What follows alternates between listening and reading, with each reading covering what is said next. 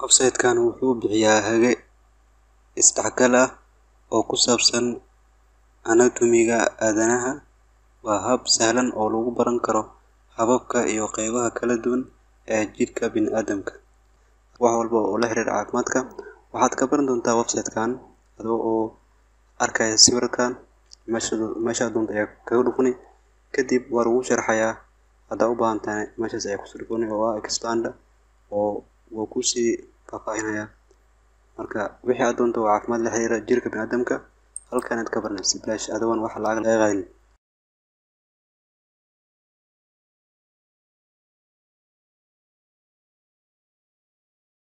Qaybtan waxaan ku arki doonaa haddaa u baahan inaad samaysto avatar oo ama icons dad ah oo bombolo kale inaad samaysto haddaa u baahan tahay website-ka aad ka heli lahayd si bilaash ayaan ku arki doonaa qaybtan.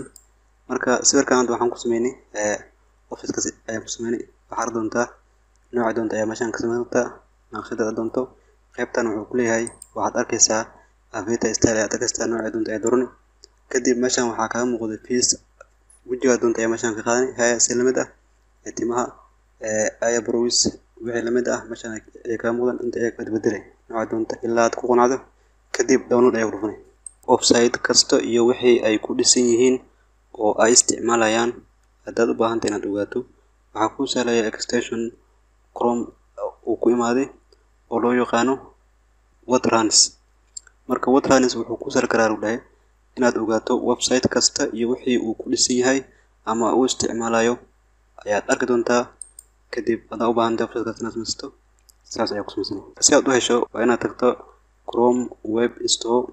Kadib waxaad qortaa WordRunners waxaad arki doontaa midka ugu horeeya linka ugu horeeya ku dhufani. Kadib markaad ku dhufato waxaad arki doontaa asoo diyaar ku ah wuxuu ku soo kor doonaa qaybtaas kore.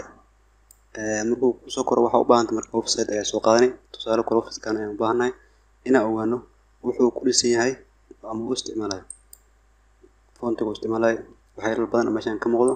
CMS ku isticmaalayo waa WordPress version-kiisa arkaysa plugin-ka uu isticmaalayo ayaa meeshan ka muuqato iyo waxyaalo badan oo meeshan aan lagu soo koobin. Marka haddaa u baahan tahay website-kan noocan inaad samaysto waa inaad ogaato wuxuu ku dhisan yahay kadib ayaad samayn kartaa. Si aad u booqato website-kan waxaad tagtaa Google-ka waxaana qortaa 99 kadib waxaad arki doontaa first link ugu horeeya aad dhufani. Kadib waxaa ku soo bixi doono wuxuu sameynayo halkan waxaa ka muuqdo shaashad ku dejinayso wax walba oo apps u baahan tahay. Marka 99 wuxuu ku fiican yahay ayaa option badan ayuu ku siiyay asoo kala bixiyay ayuu ku leeyahay qaybo kala duwan. Haddaa u baahan tahay web browser qaybtiisa ka heli security limit ah qayb kasta iyo hababkooda ayuu meeshan kugu soo dejiyay. Marka waxaa u baahan tahay kaliya inaad ku dhufato kuwa aad ka rabto. Kadib markaad doorato kuwa aad rabto ayaa waxaa ku soo bixi doono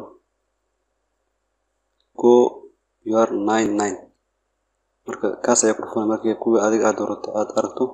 Kadib computer-kaada ayuu ku galayaa si aad u install garayso waa inaad ku dhufato asaga. Kadib waxaad arkaysaa asagoo ku bilaabayo download-ka waa inaad ku dhufato show details meesha ku qoran tahay. Kadib aad arki doontaa wuxuu ku dejinayo waxyaalo badan oo details ayuu ku tusaa oo ku saabsan wuxuu ku dejinayo. Marka waxa ugu sahlan oo aad ku soo dejin karto wax walba oo la xiriira apps waad u baahan tahay markii computer-kaada uu soo kalo hal meel ayaad website-yada meel kasta inta aad leed hal meel ayaad ka wada heli kulligood si install-koodana hal mar ayuu ku wada gelinayaa waana free.